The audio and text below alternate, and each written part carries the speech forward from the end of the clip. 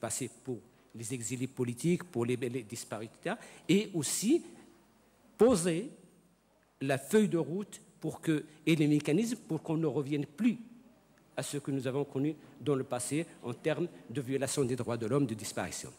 Et c'est également l'ouverture, grande ouverte dans l'implication de la femme dans le processus de développement, avec le changement de la loi fondamentale sur la famille, et également le changement en 2002 du mode électoral au niveau de la Chambre des représentants, avec le scrutin de liste et l'introduction d'une liste nationale qui a permis à 30 femmes de faire leur entrée au Parlement. Parce qu'on ne peut plus gouverner avec 52% de la population. Les femmes représentent 52% de la population marocaine. On ne peut plus gouverner avec 52% à l'extérieur du jeu politique et à l'extérieur du jeu économique. Nous avons également, dans ce domaine, mis à jour notre arsenal juridique, économique, etc., et fiscal pour permettre aux investisseurs de travailler dans la clarté et pour garantir, disons, un paysage économique sain où, parce que aussi nous souffrions de la corruption, nous souffrions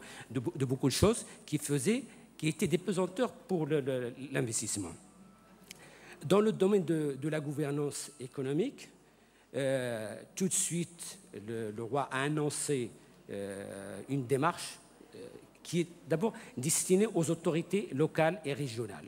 À savoir que si dans le passé, on avait gouverné avec toujours cette approche sécuritaire, la sécurité, aujourd'hui, il faut se départir de cette phobie de la sécurité pour davantage se focaliser sur les problèmes de développement économique, sur les problèmes de proximité pour arriver pour répondre aux besoins exprimés par la population. Également dans ce domaine de la gouvernance, puisque je suis élu local, je suis responsable local, pour nous, les collectivités locales jouent un rôle central. Les collectivités locales au Maroc jouent un rôle central sur le plan économique, sur le plan politique et sur le plan organisationnel. Et aussi la loi les charge d'une mission très large. Toutes les choses de proximité, de la vie quotidienne, relèvent des compétences des collectivités locales. Et aussi la démocratie, elle se construit d'abord localement. Et il a un mouvement ascendant. Si on veut la construire, il faut renforcer les collectivités locales. Et dans ce sens, il y a eu toute une réforme qui a duré de 2002 jusqu'à 2008, qui a permis, premièrement, de libérer davantage ces collectivités locales de la pesanteur de l'État, de leur donner les moyens de travail plus importants, en renforçant leurs ressources, en renforçant leurs capacités en termes de ressources humaines et aussi en créant des synergies entre régionales pour pouvoir justement ancrer correctement ce développement local. Le troisième axe sur les mécanismes de lutte contre la pauvreté, je voudrais parler de l'approche et du mécanisme. L'approche, c'est que pour véritablement concevoir un mécanisme opérant, un mécanisme efficace, il faut d'abord faire un point sur la situation. Et nous avons procédé à un diagnostic de la situation globale du Maroc qui a couvert la période 1955, c'est-à-dire l'indépendance, la fin du protectorat français, jusqu'en 2005. Sur 50 ans, on a fait une radioscopie du Maroc. Qu'est-ce qui va, qu'est-ce qui ne va pas? Les politiques qu'on a suivies, qu'est-ce qu'ils ont donné comme résultat, qu'est-ce qu'ils n'ont pas donné comme résultat? Donc, on est sorti avec un constat, à savoir un Maroc où tout n'est pas rose, mais également où tout n'est pas irrémédiablement noir. Donc, il y a des points bons et il y a beaucoup de points d'ombre. Et ces points d'ombre, quand on les a regardés de très près, ils concernent, et ça je rejoins ce que disait monsieur le ministre chilien, rejoint un peu les couches basses de la population, avec une portion très importante de notre population qui souffrait du manque d'eau, de la santé, de l'éducation, de l'isolement. Et tout ça font que la pauvreté est concentrée dans certaines régions. Pour mettre fin, pour réduire cette pauvreté et pour travailler, pour permettre à ces populations de s'impliquer davantage dans la vie quotidienne, on a posé un programme. Et ce programme, nous l'avons intitulé l'Initiative nationale de développement humain. Cette initiative nationale de développement humain, il se veut d'abord une philosophie et également un mécanisme de travail. Philosophie, il vise d'abord l'homme. Il met l'homme au centre des préoccupations économiques. On fait le développement économique pour l'homme, on ne le ferait pas pour quelqu'un d'autre, on le fait pour l'homme. Si l'homme est exclu de l'équation, il ne vaut plus rien. Du point de vue du mécanisme, l'approche participative, comme dit monsieur le ministre de l'Afrique du Sud, l'approche participative. On a mis en place ce qu'on a appelé des organes de gouvernance de ce programme, qui sont tripartites, à l'échelle centrale, à l'échelle régionale et locale, mais chaque fois, il y a toujours 3 acteurs. Les pouvoirs publics, la société civile et les structures élues. Et c'est ça qui fait que ce mécanisme a fonctionné. Ce mécanisme, aujourd'hui, il est soutenu par tous nos partenaires, les États, les institutions internationales, le PNUD, la Banque mondiale, la Banque africaine de développement, la Banque islamique de développement. Tous les pays, les institutions qui travaillent avec nous aujourd'hui mettent avec nous la main dans la main pour faire aboutir ce programme.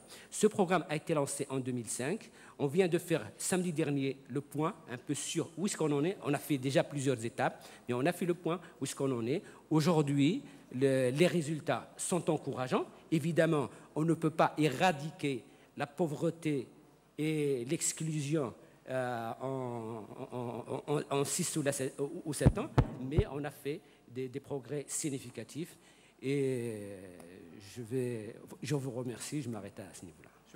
شكرا جزيلا. طبعا واضح في ظل الملكية الطريق إلى المستقبل مختلف عن الدول الجمهوريات يعني، فعل وعسى إن شاء الله تستقر الأحوال في المنطقة سواء كانوا ملكية أو جمهورية. Thank you very much. أظن دكتور أحمد أنت عليك الدور.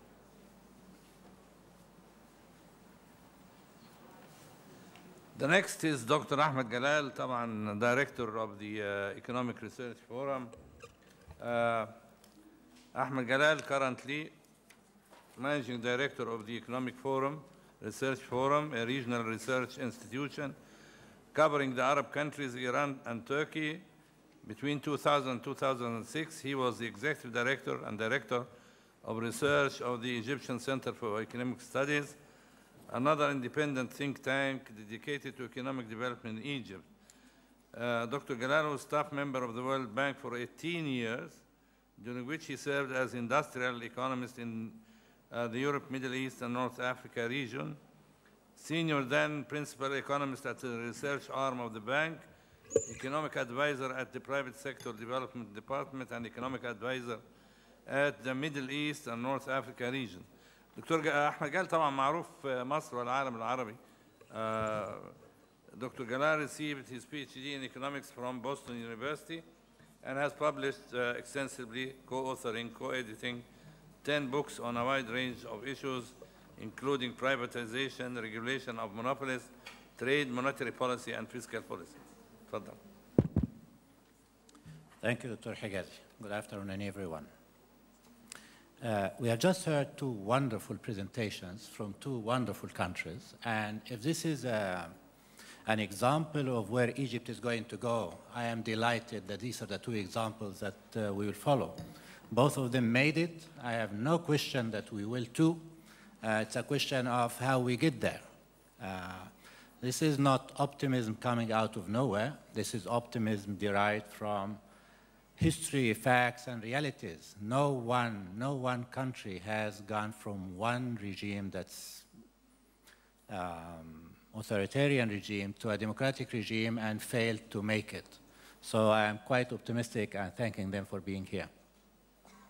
Now, I am not going to comment on their presentations literally. I'm going to talk more about Egypt. But it turned out, as they were presenting their cases, that I felt like we were talking about Egypt in the making. rather than Egypt that we have seen before. So in a way, I'm quite pleased and feeling very positive, in fact. Before I get into what I want to say, really, I want to congratulate UNDP on picking that topic for that conference and bringing these wonderful people to share with us their experiences. It is exactly the kind of thing that we need and we want to make the progress we want to make.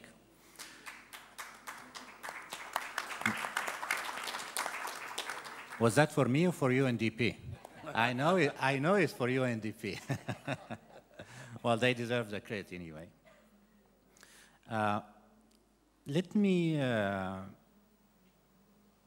share with you one remark and then get into the concrete questions that I want to answer.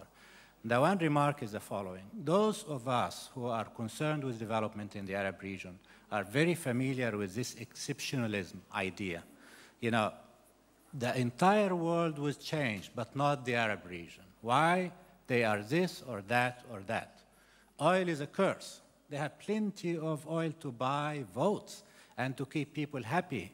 And indeed, we have been told for a long period of time, if you feed people enough, if you bribe them enough, they are going to give up. They are not going to ask for democracy, dignity, or any of that stuff. Unfortunately, for those who said so, and fortunately for us, they are wrong. The young people in Tahrir Square and in Tunisia proved those who believed in what they call the authoritarian bargain model to be wrong. The authoritarian bargain model is one in which rulers basically give handouts to keep people silent, and that's good enough, and you don't have to ask for representation, you don't have to have voice, and life will be perfectly all right. Untrue. The signs that the Tahrir Square guys were putting forward were not, we want bread. It was actually asking for three things that Dr. Higazi reminded us of at the beginning.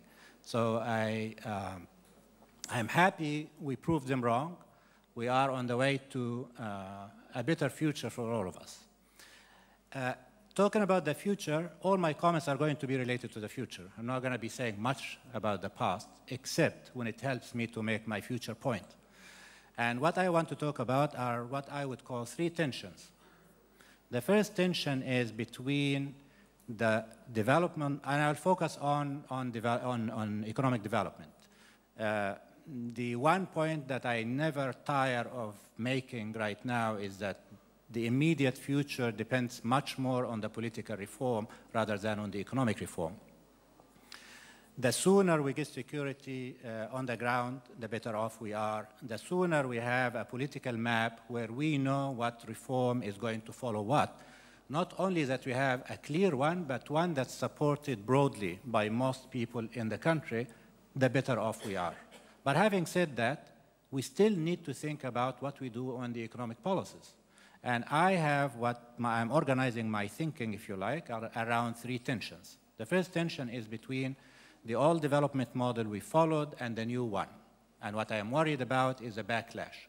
Second tension that I want to talk about is populism right now versus long-term sustainability. What is it in the economic policy discussion that we can have right now that can either be a good force for sustainable development in the future, and which ones would actually make our life difficult down the road?